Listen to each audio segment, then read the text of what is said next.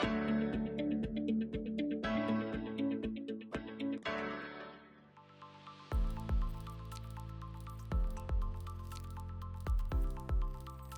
Students, हमने अपनी पिछली क्लास में हिमालयन रिवर्स की जर्नी को देखा था और साथ ही हिमालयन रिवर्स की ड्रेनेज पैटर्न को भी डिटेल में समझा था। वहीं से एक क्वेश्चन भी राइज हुआ, क्या सभी नदियों का निर्माण ग्लेशियर की वजह से होता है या कोई और सोर्स भी हो सकता है? सोच के देखिए। बिल्कुल सही सोच रहे हैं आप। रेनफॉल यानी बारिश। हमारे देश की बहुत सारी रिवर्स का निर्माण केवल और केवल बारिश की वजह से भी होता है। अगर आप दक्षिण भारत को देखें तो दक्षिण भारत के अंदर बहुत सारी रिवर ऐसी हैं जो सिर्फ बारिश की वजह से बनी हैं, और यही एक हिमालयन रिवर और पेनिनसुला रिवर के बीच में एक मेजर डिफरेंस भी है। आइए इसको डिटेल में समझते हैं। हिमालयन रिवर्स और पेनिनसुला रिवर्स के बीच में काफी सारे डिफरेंस हैं। पहला डिफरेंस है इनका ओरिजिन। हिमालयन रिवर्स की तरफ देखें तो उनका ओरिजिन ग्लेशियर की वजह से हुआ है। आपको पता ही है, हिमालय के अंदर बहुत सारे ग्लेशियर हैं और इन ग्लेशियर के पिघलने की वजह से इन नदियों का निर्माण हुआ है। पर अगर हम पेनिनसुला रिवर्स की तरफ देखें तो पेनिनसुला रिवर में इनके ओरिजिन के पीछे मुख्य कारण बारिश है। यहीं से इनका दूसरा फीचर भी निकल कर आता है, पेरिनियल नेचर। हिमालयन रिवर्स आपने देखा है पेरिनियल नेचर की होती हैं, यानी इसमें साल भर पानी रहता है। आप जानते ही हैं, हिमालय के अंदर 12 महीने बर्फ पड़ी रहती है और इसी की वजह से यहाँ पर बहुत सारे ग्लेशियर भी हैं जो कि साल भर नदियों को रिचार्ज करते रहते हैं, और इसीलिए इन्हें 12मासी नदियां भी कहते हैं। जबकि पेनिनसुला रिवर्स को हम सीजनल नेचर का कहते हैं, यानी मौसमी नदियां। एक पर्टिकुलर मौसम में इनका फ्लो बहुत अच्छा होता है, पर जैसे जैसे ड्राई सीजन आता है इनका पानी सूखने लगता है और ये छोटी छोटी धाराओं में बहने लगती हैं। इसी के बाद इनका तीसरा डिफरेंस की बात करते हैं, वो है इनका एक्टिविटी को लेकर। हिमालयन रिवर जैसा आपने देखा भी था, इनमें एक्टिविटी बहुत ज्यादा अपर कोर्स में होती है। अपर कोर्स में आपने देखा था ये नदियां कितना शोर मचाती हैं। ये नदियां पत्थरों को काटते हुए, चट्टानों को तोड़ते हुए और पत्थरों को घिसते हुए अपने साथ बहुत ज्यादा सैंड और सिल्ट लेकर आती हैं, जिसे ये धीरे धीरे प्लेन्स में छोड़ने लगती हैं, जिसे हमने डिपोजिशनल एक्टिविटी कहा था। हिमालयन रिवर के कंपैरिजन में पेनिनसुला रिवर्स भी एक्टिविटीज करती हैं, जैसे इरोजनल और डिपोजिशन, पर वो काफी कम होता है क्योंकि इनकी जर्नी काफी छोटी होती है। और यहीं से निकलता है इनका चौथा डिफरेंस, जर्नी की लेंथ। हिमालयन रिवर्स आपने देखा था, चाहे वो इंडस हो, चाहे ब्रह्मपुत्र हो, चाहे गंगा हो, इन सब की एवरेज जर्नी 2,500 से 3,000 के बीच में थी, जबकि पेनिनसुला रिवर्स इतनी लंबी जर्नी ट्रेवल नहीं करती। इनकी सबसे लंबी नदी ही सिर्फ 1500 किलोमीटर की है। आइए आज हम पेनिनसुला रिवर्स को और डिटेल में समझते हैं। पेनिनसुला रिवर्स वैसे तो हिमालयन रिवर की तरह ईस्टर्न साइड में जाती हैं और बे ऑफ बंगाल में ड्रेन हो जाती हैं, पर आपने सुना होगा एक्सेप्शंस आर ऑलवेज देयर। तो यहाँ पर भी कुछ एक्सेप्शंस हैं। एक्सेप्शंस आप सोच के देखिए, कुछ ऐसी नदियां जो अरेबियन सी में ड्रेन होती हों और वेस्ट की तरफ फ्लो कर रही हैं। हाँ, बिल्कुल सही सोच रहे हैं आप। नर्मदा और तापी।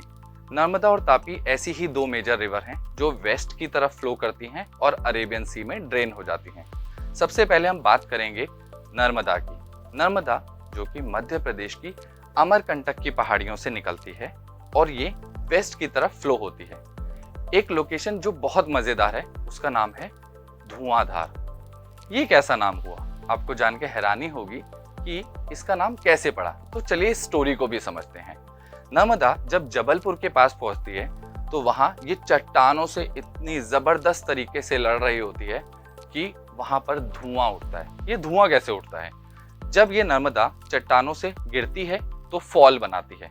फॉल के कारण इसके पानी के छोटे छोटे से ड्रॉपलेट्स हवा में धुएं की तरह उठते हैं, और अगर आप कहीं दूर खड़े होंगे तो आपको ऐसा लगेगा इतना सारा धुआं कहाँ से आ रहा है। इसी वजह से इसका नाम धुआंधार पड़ा। अगर आप कभी जाएंगे तो मे भी 1 मिनट के लिए आप इसके फ्लो को देख के डर भी जाएंगे, क्योंकि बहुत तेज है। फिर ये धीरे धीरे आगे बढ़ती है और गुजरात में एंटर होती है। गुजरात में हमारे देश का अभी तक का सबसे बड़ा डैम, यहाँ सरदार सरोवर डैम, वो इसी रिवर पे बना हुआ है। और साथ ही साथ हमारे दुनिया की सबसे बड़ा स्टैचू ऑफ यूनिटी, जो कि सरदार वल्लभ भाई पटेल का है, वो भी इसी रिवर के बैंक पर है।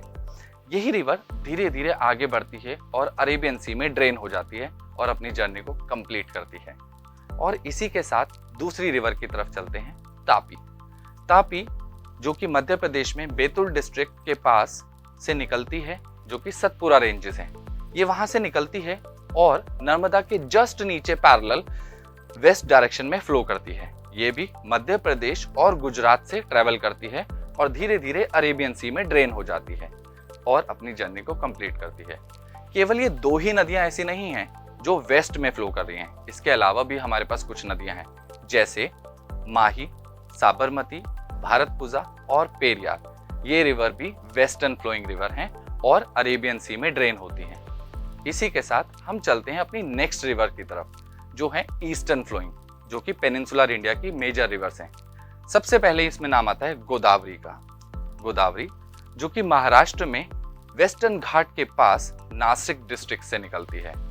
ये रिवर अपना ड्रेनेज बेसिन कुल 4 स्टेट में बनाती है, महाराष्ट्र, मध्य प्रदेश, उड़ीसा और आंध्र प्रदेश।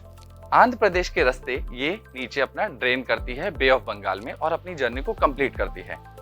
आपको जानकर हैरानी होगी, ये हमारे दक्षिण भारत की सबसे लंबी नदी है, जिसकी कुल लंबाई 1500 किलोमीटर है और इसीलिए इसको दक्षिण गंगा भी कहते हैं। अब आपको लग रहा होगा कि सर इसको याद कैसे करेंगे कि कौन सी रिवर को दक्षिण गंगा कहते हैं, क्योंकि रिवर तो बहुत सारी हैं। तो आपके लिए एक छोटा सा ट्रिक भी बता देता हूँ। गंगा और गोदावरी दोनों ग से स्टार्ट होती हैं, है ना मजेदार।